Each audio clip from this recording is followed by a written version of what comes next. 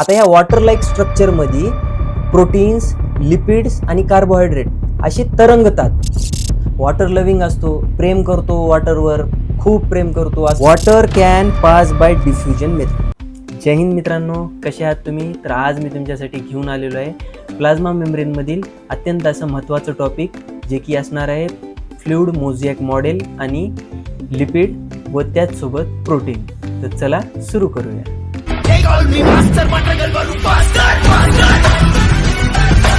आता आपल्याला बघायचंय फ्लुइड मोझॅक मॉडेल. हे एक मॉडेल आहे जे की सांगतो की प्लाझ्मा मेम्ब्रेनचं स्ट्रक्चर कसं आहे. एमसीक्यू मध्ये, एक्झाम मध्ये एमसीक्यू मध्ये हा प्रश्न विचारला जातो, who gives a theory of fluid mosaic model. तर त्याचं आन्सर आहे सिंगर अँड निकोलसन इन 1972. 1972 मध्ये सिंगर आणि निकोलसन या दोन शास्त्रज्ञांनी थेअरी दिलेली आहे. त्याला म्हणतात आपण फ्लुइड मोझॅक मॉडेल. हे मॉडेल काय सांगते आपल्याला की प्लाझ्मा मेम्ब्रेन जी आहे ती कशी तयार झालेली आहे, ओके, कसं काय स्ट्रक्चर आहे प्लाझ्मा मेम्ब्रेनचं हे ते सांगते. तर यांनी बेसिकली याच्यामध्ये काय सांगितलेलं मी डायरेक्टली सांगतो तुला. यांनी सांगितलं की plasma means water like structure असतं. प्लाझ्मा म्हणलं की काय म्हणायचं त्याला, वॉटर लाईक स्ट्रक्चर आहे. आता ह्या वॉटर लाईक स्ट्रक्चरमध्ये प्रोटीन्स, लिपिड्स आणि कार्बोहायड्रेट असे तरंगतात. काय होतात? तरंगतात. पाण्यामध्ये प्रोटीन्स, कार्बोहायड्रेट आणि लिपिड्स तरंगतात, म्हणून त्याला काय म्हणतात fluid mosaic model. Fluid means पाणी, मोझॅक मीन्स तुकडे, छोटे छोटे छोटे तुकडे है ना, पाण्यामध्ये तरंगणारे तुकडे, याला म्हणायचं फ्लुइड मोझॅक मॉडेल. आता फ्लुइड मोझॅक मॉडेल दिलं कोणी? सिंगर आणि निकोलसननी 1972 मध्ये. यांनी काय सांगितलं? यांनी एक्सप्लेन केलं structure of the plasma membrane. Plasma मेम्ब्रेनचं स्ट्रक्चर सांगितलं त्यांनी एक उदाहरण दिलं याच्यामध्ये. काय सांगितलं त्यांनी की जसं समुद्रामध्ये बर्फाचे तुकडे तरंगतात, आईसबर्ग्स ज्याला म्हणतात आपण, समुद्रामध्ये आईसबर्ग्स तरंगतात, त्याच पद्धतीने प्लाझ्मामध्ये जेव्हा लिपिड्स, प्रोटीन्स अँड कार्बोहायड्रेट्स तरंगतात त्याला काय म्हणायचं? प्लाझ्मा मेम्ब्रेन म्हणायचं. हे त्यांनी सांगितलं. ह्या स्ट्रक्चरमध्ये तुम्हाला कळून जाईल फ्लुइड मोझॅक मॉडेल काय म्हणणार आहे. जसं की समजा हे पूर्ण हे प्लाझ्मा आहे, त्याच्यामध्ये हे लिपिड्स, त्याच्यामध्ये हे प्रोटीन्स, हे जे दिसते प्रोटीन्स, आणि हे जे वरी दिसते हे कार्बोहायड्रेट्स, हे काय होतात? तरंगतात. त्याच्यामुळे ह्याला फ्लुइड मोझॅक मॉडेल असं म्हटलं जाते.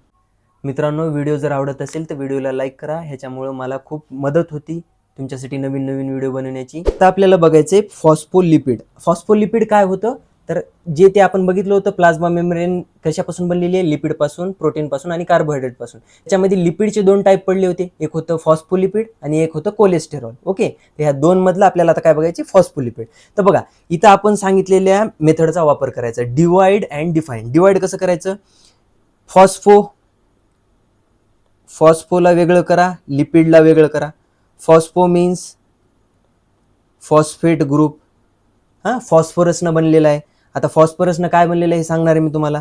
आणि लिपिड कशाला म्हणतात आपण? जे फॅटी ऍसिड असतं, फॅटी ऍसिडच्या चेनला लिपिड्स म्हणतात आपण. ओके, तर हे इथे एक स्ट्रक्चर आहे.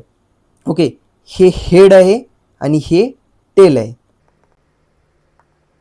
हे जे हेड आहे, हे जे दिसते तुम्हाला, हे गोल, हा गोल पार्ट जो आहे तो कशानं बनलेला आहे?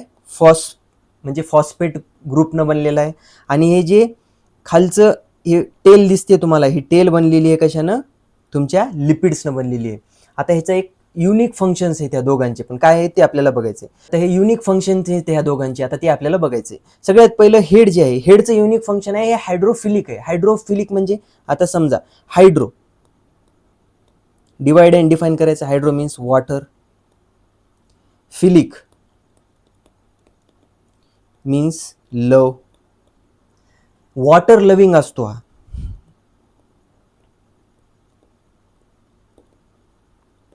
वॉटर लविंग असतो, प्रेम करतो वॉटरवर, खूप प्रेम करतो, असं म्हणतो तेरे सिवा मैं जी नाही सकता. हेच आहे ते, जी नाही सकता. नागडा करून हाणला पाहिजे तुला,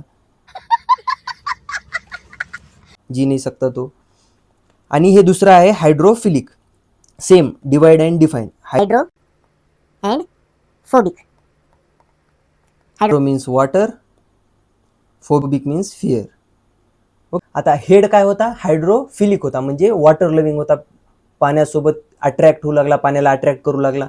पण जे टेल्स आहेत, ह्या जे टेल्स दिसत आहेत तुम्हाला, ह्या टेल्स ज्या असतात ह्या दोन गोष्टीपासून बनलेले असतात, सॅच्युरेटेड फॅटी ऍसिड आणि अनसॅच्युरेटेड फॅटी ऍसिड. ही एक टेल आहे सॅच्युरेटेड फॅटी ऍसिडची आणि ही दुसरी टेल आहे अनसॅच्युरेटेड फॅटी ऍसिडची. फॅटी ऍसिड हा पाण्याच्या जवळ जात नाही, पाण्याला लांब करतो आपल्या स्वतःपासून. तो हे वॉटर फेअर आहे, पाण्यापासून भीती वाटते याला. त्याच्यामुळे ह्याला काय म्हटलं झालेलं आहे, हायड्रोफोबिक, पाण्यापासून भीती वाटणं. आणि हेडला काय म्हटलेलं आहे, हायड्रोफिलिक, पाण्याला प्रेम करणं. ओके, ह्या गोष्टीला, हे जे स्ट्रक्चर दिसतोय, ह्या स्ट्रक्चरला म्हणतात आपण फॉस्फोलिपिड्स. आणि फॉस्फोलिपिड्स जेव्हा एकमेकांवर असं येतं, समजा हे वरून एक फॉस्फोलिपिड आहे आणि खालून एक फॉस्फोलिपिड आहे, ह्या दोघांच्या टेल जेव्हा एकमेकांना चिटकतात मधातून, ह्यांना म्हणायचं फॉस्फोलिपिड बायलेअर. कशी तयार होती ते मी पुढे सांगणार आहे, तरी एकदा लक्ष घ्या, हे एक फॉस्फोलिपिड आहे, हे एक फॉस्फोलिपिड आहे असं. तर ह्या दोघांनी मिळून काय तयार केला, फॉस्फोलिपिड बायलेअर तयार केली. काय म्हणतो हा आपल्याला, plasma membrane is made up of 2 layers of phospholipid. आता सांगितलं मी तुला कशी तयार होती.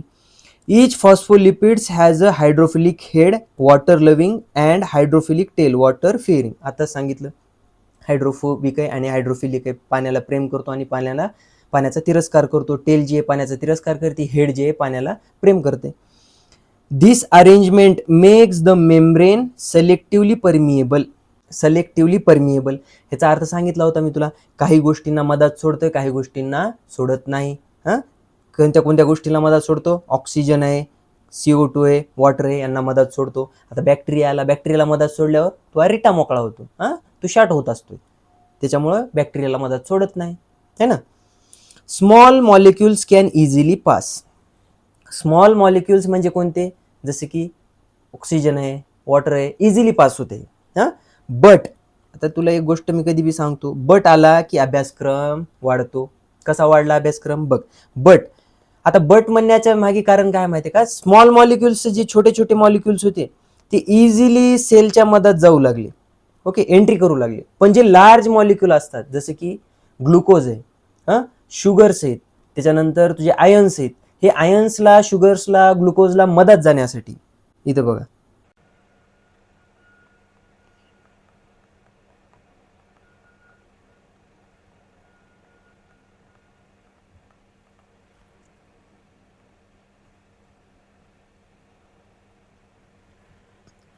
आता समजा जे स्मॉल मॉलिक्युल्स होते ते इझिली पास झाले, कुठे गेले, सेलमध्ये गेले. पण जे लार्ज मॉलिक्युल होते, समजा हा मोठा मॉलिक्युल आहे, ह्याला आता सेलच्या मधात जायचंय, तर ह्याला काय करावं लागते माहिती आहे का, प्रोटीन्सच्या चॅनल्सचा वापर करावा लागते. प्रोटीन्समध्ये चॅनल्स असतात, असे प्रोटीन्स जो असतो, ह्या प्रोटीन्समध्ये असे चॅनल्स असतात, ओके.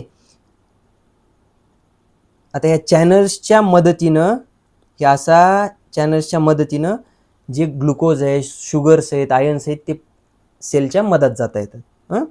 बघा इथे सांगितलेले, large molecules like glucose, other sugars and other ions, polar molecules can not easily pass. They need proteins to pass cell membrane. Proteins पाहिजे त्यांना सेलच्या मधात जाण्यासाठी.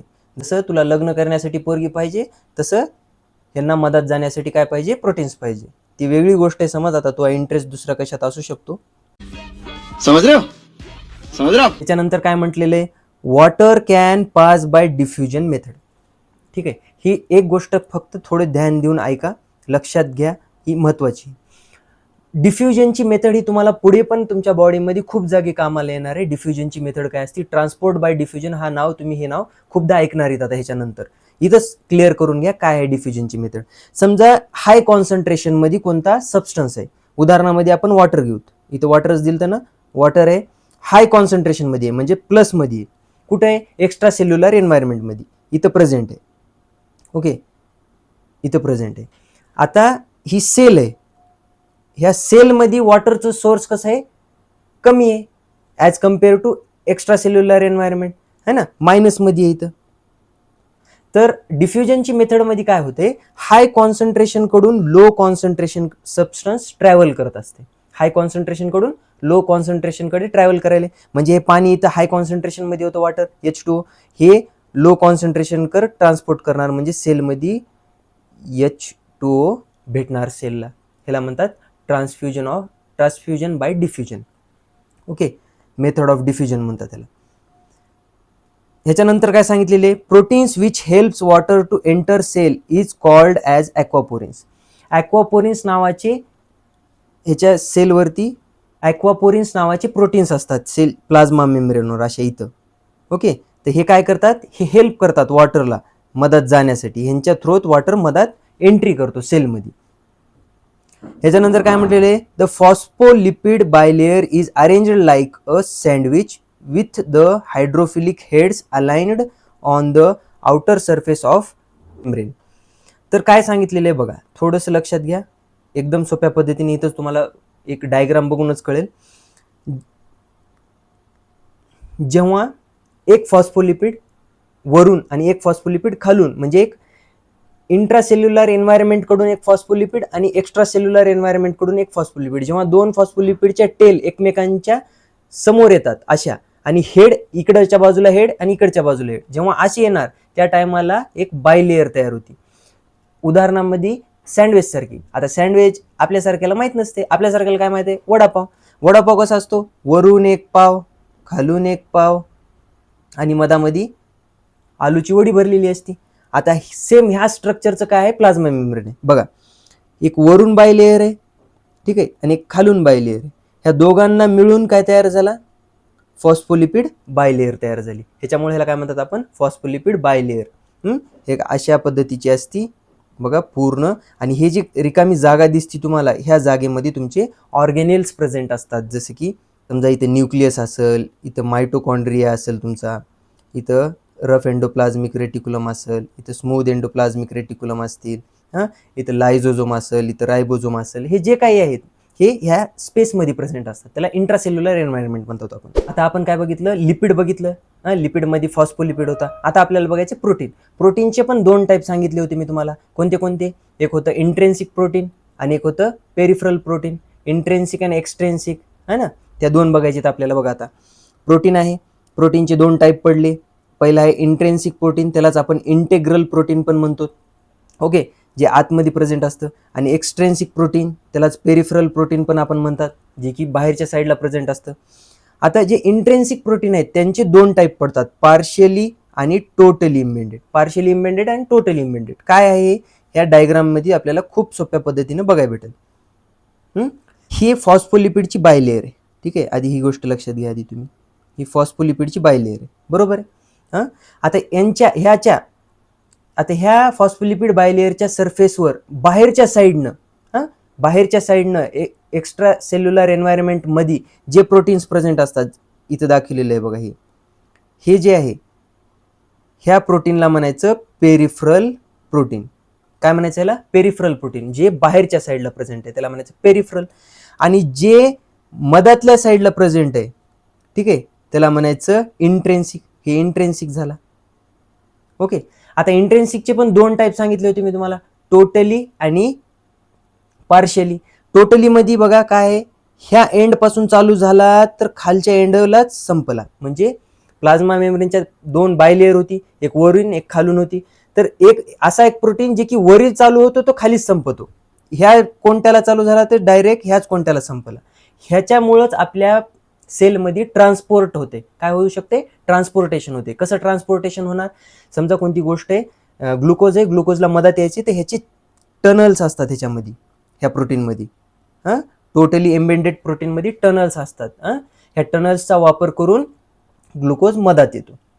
हे झालं टोटली एम्बेडेड. आता पार्शियली एम्बेडेड कशाला म्हणायचं, जे एकतर ह्या कोणत्यावर प्रेझेंट असेल असा इथं, किंवा ह्याच्यासारखा ह्या कोणत्यावर प्रेझेंट आहे इथं, ह्याला म्हणायचं पार्शियली इम्बेडेड.